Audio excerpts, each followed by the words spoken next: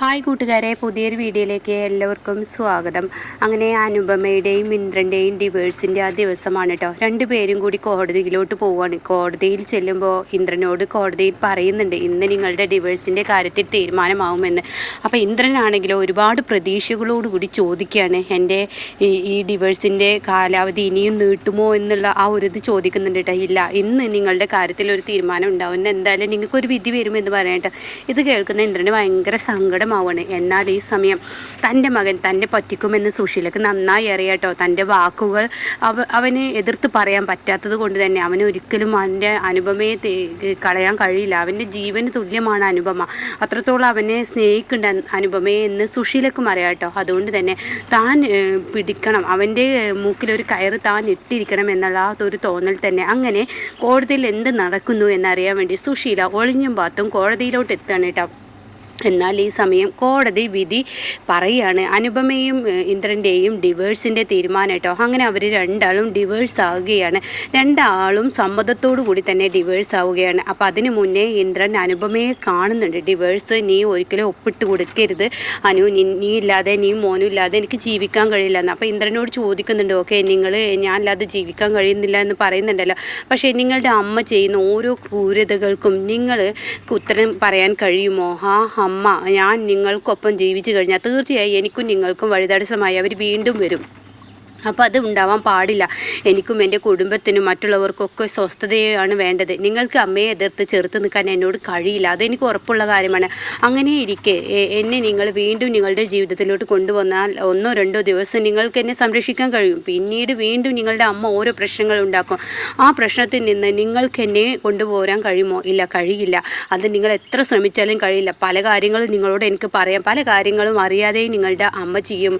തന്ത്രങ്ങളും കുതന്ത്രങ്ങളും മാത്രം അറിയുന്ന സ്ത്രീക്ക് എന്തും ചെയ്യാൻ കഴിയും. അതുകൊണ്ട് തന്നെ ഇനി വേണ്ട ഇന്ദ്രേട്ടാ, ഞാൻ എൻ്റെ മോനെ എവിടെയെങ്കിലും എങ്ങനെയെങ്കിലും ജീവിച്ചോളാം. അപ്പോൾ ഞാൻ എന്തായാലും നിങ്ങൾക്കൊരു മാസവരുമാനമായി എന്തെങ്കിലും തരട്ടെ. വേണ്ട, ഞങ്ങൾക്ക് നിങ്ങളുടെ മാസവരുമാനം ഒന്നും വേണ്ട. കാരണം ഞങ്ങൾക്ക് സ്വസ്ഥതയും സമാധാനവുമാണ് വേണ്ടത്. എനിക്കൊരു കുഞ്ഞല്ലേ ഉള്ളൂ, ആ കുഞ്ഞിനെ നോക്കാൻ എനിക്ക് നന്നായിട്ട് അറിയാം. അതുകൊണ്ട് തന്നെ എനിക്ക് ആ കുഞ്ഞിനെ നോക്കുകയും ഞാൻ ചെയ്യുമെന്ന് പറയാനേട്ടാ. ഈ വാക്കുകൾ കേൾക്കുമ്പോൾ ഇന്ദ്രന് വലിയ സങ്കടമാവാണ്. തൻ്റെ ജീവിതത്തിൽ നിന്ന് ഇവൾ പോവുകയാണ്. താനാണെങ്കിലോ ഒരു പോരാത്തവനായല്ലോ. കാരണം അമ്മയെ എതിർക്കാൻ തനിക്ക് കഴിയില്ല.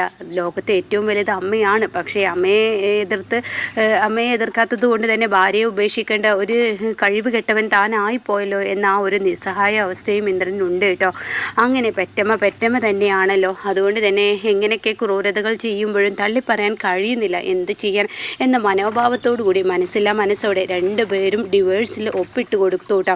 അങ്ങനെ ഈ ഡിവേഴ്സിൽ ഒപ്പിടുമ്പോൾ ഉടൻ തന്നെ സുശീലക്ക് ഒരുപാട് സന്തോഷമാവുകയാണ്. അങ്ങനെ ഇവരുടെ ഡിവേഴ്സ് നടന്നിരിക്കുന്ന നാളെ സച്ചി സാറിൻ്റെ മകളുമായി വിവാഹ നിശ്ചയം. എന്ത് നല്ലൊരു കാഴ്ച, കാണാൻ ആഗ്രഹിച്ച കാഴ്ച. ഈ കാഴ്ചയാണ് ഞാൻ ആഗ്രഹിച്ചത്. അത് നാളെ നടക്കണം. ഇനി നാളെ മുതൽ എൻ്റെ മോൻ സമ്പന്നനാ. നശിച്ച ആ മൂദേവി എൻ്റെ മകൻ്റെ ജീവിതത്തിൽ നിന്ന് പോയപ്പോൾ തന്നെ എന്തൊരു നല്ലൊരു സുഖമുള്ള ജീവിതമാണ്. എന്തായാലും ഞാൻ സച്ചി സാറിൻ്റെ മകളുമായുള്ള കല്യാണം എൻ്റെ മകനെ കൊണ്ട് എങ്ങനെയും നടത്തിക്കും. എന്നിട്ട് വേണം ഈ സുശീലക്ക് ഒരു ആറാട്ട് നടത്താൻ എന്നൊക്കെ സുശീല സ്വയം എന്ന് പറയുന്നു കേട്ടോ. പ്രതീക്ഷകൾ ഒരുപാടുണ്ട് സുശീലക്ക്. അങ്ങനെ ഒരുപാട് പ്രതീക്ഷകൾ ചീറ്റുകൊട്ടാരം പോലെ ഇങ്ങനെ അടുക്കി അങ്ങനെ ഉയർത്തി കൊണ്ടുവരികയാണ്. അതൊക്കെ ഒരു ഷീറ്റെടുത്താൽ അതിൽ നിന്നും ഒക്കെ പൊട്ടിപ്പോവും എന്നുള്ള സുശീലക്ക് അറിയില്ല. അങ്ങനെ ഇനിയാണ് സുശീല ഒരു പാഠം പഠിക്കാൻ പോകുന്നത് കേട്ടോ. അങ്ങനെ ഈ സമയം ഇന്ദ്രനും അനുപമയും പുറത്ത് വരികയാണ്. അപ്പോൾ അനു, ഇനി നിന്നെയും മോനെയും എനിക്ക് കാണാൻ കഴിയില്ല. എന്തവകാശത്തിൻ്റെ പുറത്താണെങ്കിലും ഞാൻ എൻ്റെ മകൻ്റെ അടുത്തോട്ട് വരുന്നത് നീ നിഷേധിക്കരുത് എന്നൊക്കെ ചോദിക്കുമ്പോൾ അനുപം പറയണത്, ദയവ് ചെയ്ത് നിങ്ങൾ എൻ്റെ മകനെ കാണാൻ ഇനി നിങ്ങൾ ഞങ്ങളുടെ വീട്ടിലോട്ട് വരരുത്. നിങ്ങളും നിങ്ങളുടെ കുടുംബങ്ങളും ഒരു ബന്ധവും പറഞ്ഞ് ഞങ്ങളുടെ വീടിന് അടുത്തോട്ട് വരരുത്. ഞാനും എൻ്റെ കുഞ്ഞും എവിടെയെങ്കിലും സ്വസ്ഥതയും സമാധാനവുമാണ് ഞങ്ങൾക്ക് വേണ്ടത്.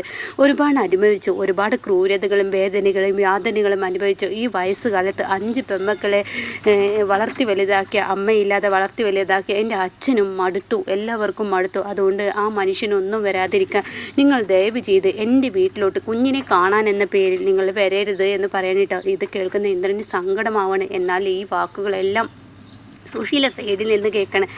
ആഹാ, ഇവള് ഞാൻ പറയണത് ഇവളെ തന്നെ പറഞ്ഞു, അതുകൊണ്ട് രക്ഷപ്പെട്ടു. ഇനി സമാധാനം സമാധാനം എന്ന് പറഞ്ഞാൽ പോരെ, സമാധാനം എന്നിങ്ങനെ സുശീല പറയുകയാണ് കേട്ടോ. ആ സമയം ഇന്ദ്രൻ പറയണ, അനു എൻ്റെ മോന് അതൊന്നും നിങ്ങൾ ആലോചിക്കണ്ട, മോനക്കൊരു കുറവില്ലാതെ ഞാൻ വളർത്തിക്കൊള്ളാം. അവൻ്റെ അച്ഛൻ എവിടെ പോയി എന്ന് അവൻ ചോദിക്കുകയാണെങ്കിൽ, വലുതാകുമ്പോൾ ചോദിക്കുകയാണെങ്കിൽ ഞാൻ പറഞ്ഞോളാം.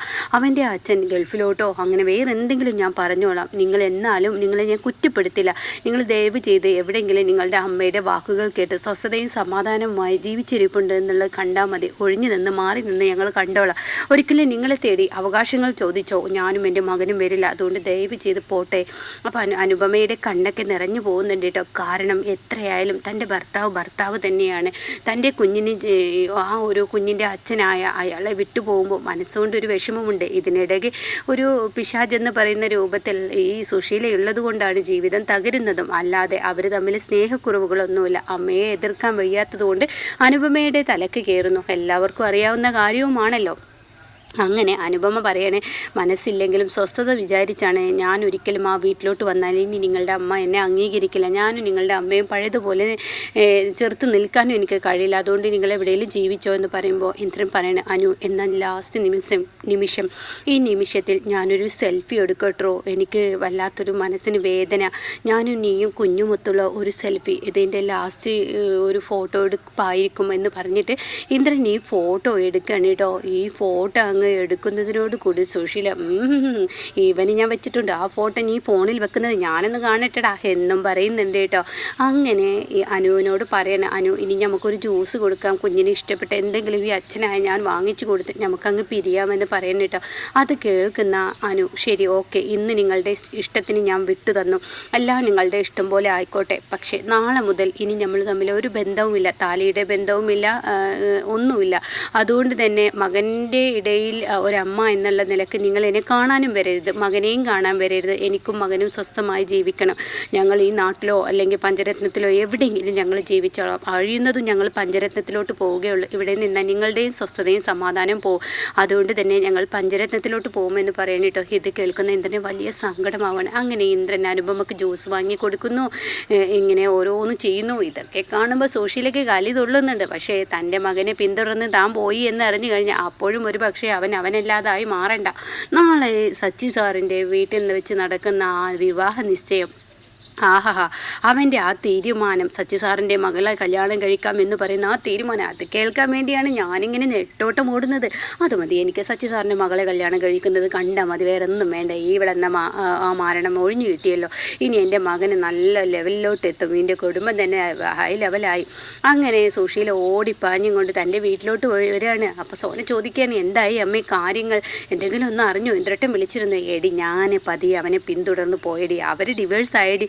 എന്താ അമ്മേ പറഞ്ഞത്? അത് അവർ ഡിവേഴ്സായി. ഇനി നമ്മുടെ ലക്ഷ്യം, അതായത് നീ എൻ്റെ കൂടെ നിൽക്കണം. നാളെ എന്തായാലും സച്ചി സാറിൻ്റെ മകളെ കാണാൻ പോകണം, നമുക്ക് വിവാഹ നിശ്ചയം നടത്താൻ. നീ എൻ്റെ കൂടെ വരില്ല? അത് കേൾക്കുന്ന സോന, എന്താ അമ്മ ഈ പറയുന്നത്? അതെ, നീ എൻ്റെ കൂടെ വരണം. നാളെ ഇന്ദ്രനെയും കൂട്ടി ഒരു പെണ്ണ് കാണാൻ ചടങ്ങ് കഴിഞ്ഞിരിക്കുന്നല്ലോ. ഇനി വിവാഹ നിശ്ചയം, മോതിരം മാറ്റൽ ചടങ്ങ് നാളെ നടത്താമെന്നാണ് എൻ്റെ തീരുമാനം എന്ന് പറയുമ്പോൾ ഉടൻ തന്നെ സോനയും അമ്മയുടെ വാക്കുകൾ കേട്ട് അമ്മക്കൊപ്പം അങ്ങ് ഓടുകയാണ് കേട്ടോ. ആർത്തി മൂത്ത രണ്ടെണ്ണം ഇനി പാഠം പഠിക്കാൻ ഇരിക്കുന്നേ ഉള്ളൂ. ഷാമിനെ അതിന് കിട്ടത്തില്ല. സോനയാണെങ്കിലോ ഇതുകൊണ്ടെങ്കിലും പച്ച പിടിച്ച അത് നന്നായി എന്ന് കരുതിയിട്ടാണ് സോനയും നടക്കുന്നത് കേട്ടോ. അന്യരുടെ മുതൽ മാത്രം ആഗ്രഹിച്ച് നടക്കുന്ന സുശീലക്കും സോനയ്ക്കും ഇനി കിട്ടാൻ കിടക്കുന്നേ ഉള്ളൂ. അപ്പോൾ എന്തായാലും ഇനിയാണ് സുശീലക്ക് ഇനി പഠിക്കാൻ പോകുന്നത്. കയ്യിലുള്ളത് വിട്ടിട്ട് പറക്കുന്നതിനെ പിടിക്കാൻ പോയ അവസ്ഥ പോലെ സുശീലയുടെ മകൻ്റെ ജീവിതവും സുശീലയുടെ ജീവിതം ഇനി പാതാളത്തിലോട്ട് പോകുന്ന ആ ഒരു സീന് തന്നെയാണ് കേട്ടോ ഇനി കാണാനിരിക്കുന്നത്.